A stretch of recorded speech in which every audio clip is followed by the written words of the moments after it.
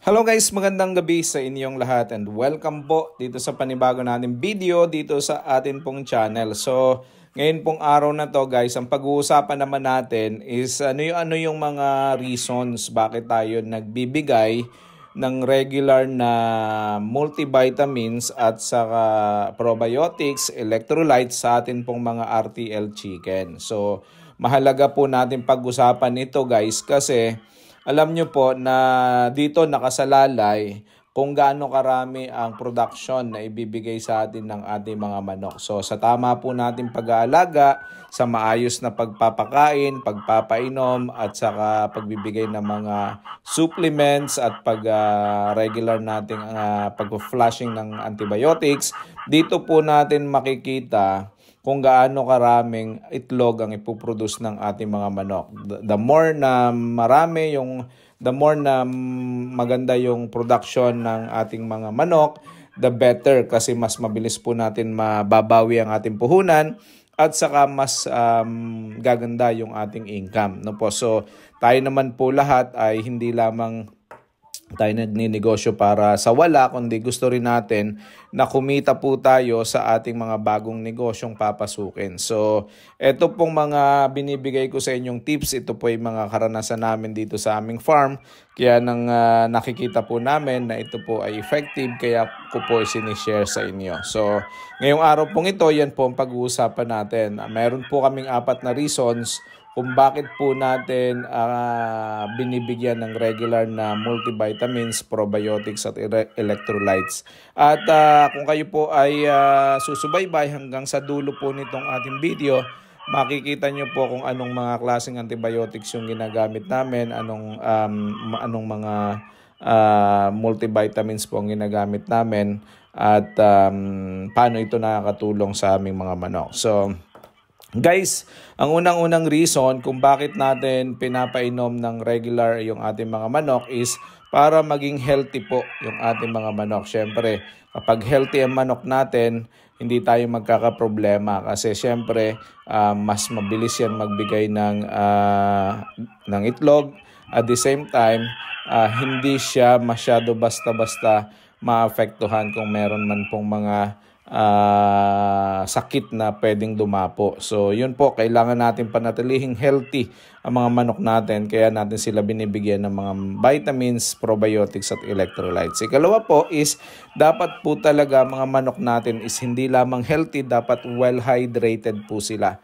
Yung well hydration nila isa sa mga pinaka-importante kasi ito po yung nagiging cause ng mortality sa atin pong mga poultry kapag po ang ating manok ay dehydrated. At saka hindi lang po yan dapat pinapainom ng tubig kundi pinapainom po ng malinis at maraming electrolytes para mabawi po nila yung kanilang mga lakas kapag po sila ay nakapangitlog na. At syempre pagka healthy sila at well rehydrated, magagandang klase po ang ating mga manok. Healthy po sila at happy. So ang ikatlo po natin na reasons is para hindi po sila syempre mamatay at magkasakit at mamatay, eventually mamatay. So isa po sa mga concerns yan ng poultry farmers, ng mga owners is yung mortality kasi ang mortality is costing poultry owners ng money. So kapag po tayo namamatayan, imaginein po kung small backyard RTL owners po tayo, namatayan tayo ng 1, 2, 3 hanggang 10 pirasong manok, malaking kawalan po yan sa atin pong mga negosyo. No po? Kasi unang-una, yun pong isang manok ay nagko-cost na ng almost 390, 410 pesos ang bawat isa. Kung mamatayan ka ng 10, kung 400 ang bili mo, 4,000 pesos na po agad yan. Ang problema, yan pong mamamatay na manok nyong yan is basically costing you more kasi yan pong manok na yan, magpuproduce po dapat yan ng 4,200 sa isang cycle, bawat isang manok. So kung 10 yan, 42,000 po ang mawawala sa inyo plus yung 4,000 na presyo ng manok. So 46,000 lahat-lahat kung tutuusin na mawawala sa inyo sa isang cycle. So napakalaki pong kawalan ang 46,000 kung tutuusin. Kung kayo po ay hindi mag-aalaga ng inyong mga manok ng maayos at tama. So ito pong mga pagbibigay ng multivitamins, isa po sa mga pinaka-essential natin na dapat ginagawa. Mas maganda pong gumastos tayo sa mga ito kesa naman po mawalan tayo ng mga manok kasi sayang po at malaki ang mawawala sa atin. So, ano po yung mga multivitamins na ginagamit namin sa aming farm? So, ito po ay hindi sponsored no sa mga mababanggit ko na mga brand ng vitamins. Napakarami pong vitamins and minerals and electrolytes available sa market. Mag-search lang po kayo kung ano yung mas the best sa inyo. Ito pong mga ito ang ginamit namin kasi ito yung karamihang ginagamit ng mga backyard farmers.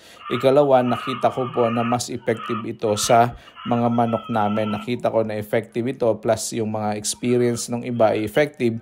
So, sinubukan po namin at so far naman wala po kaming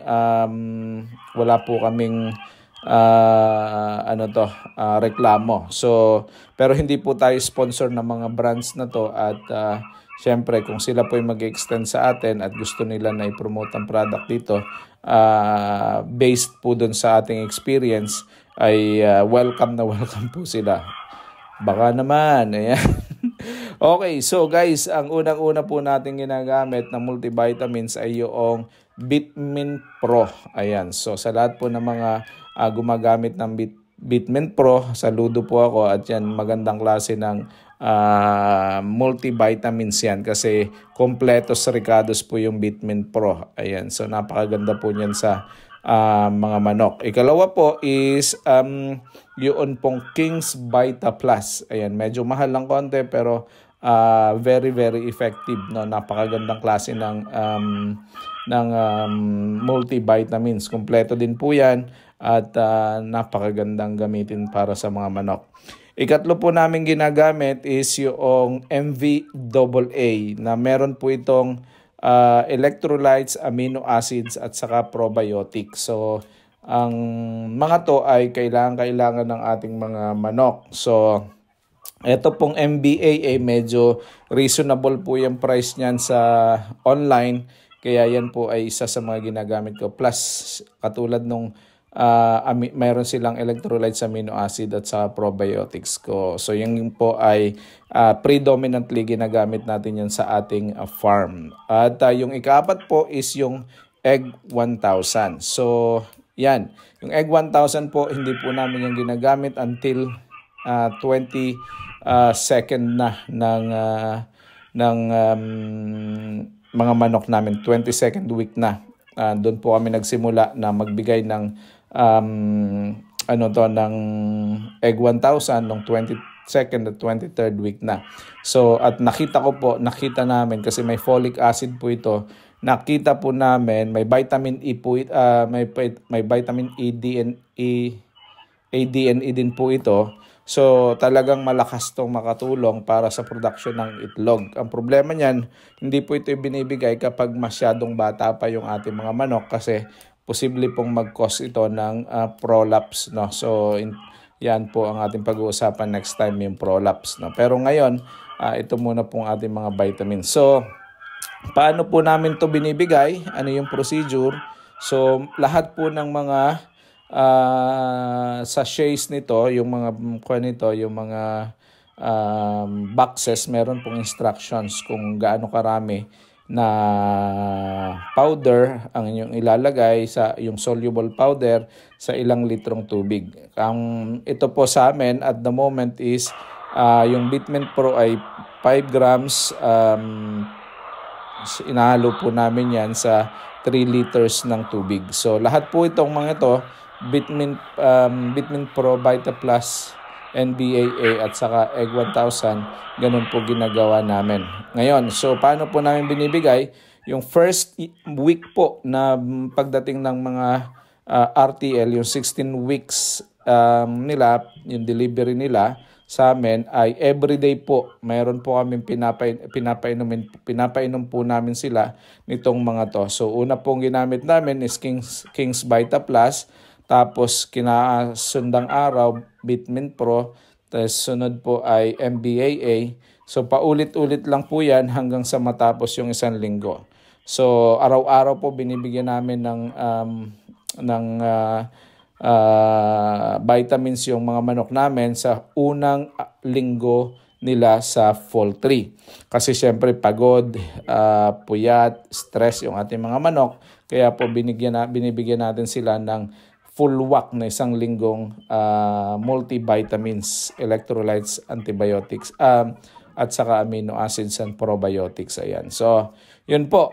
Pagkatapos po niyan, after ng 1 week, every 3 days na po ang bigay namin, o 3 times a week na po kami nagbibigay. Ang pagitan po niyan, so Monday, Wednesday, Friday po ang painom namin. Tapos ang in between po yung Tuesday, Thursday, at saka po Saturday, yan po ay mga regular na malinis na tubig na lang ang pinapainom namin. Tapos yung antibiotics po,